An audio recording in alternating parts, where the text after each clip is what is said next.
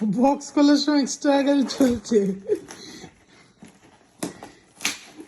এই টেপগুলো শক্ত প্রচুর।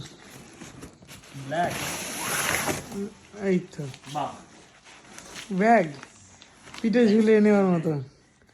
না না ব্ল্যাক না এটা, ব্ল্যাক না, ব্যাগ এটা বাইরেরটা।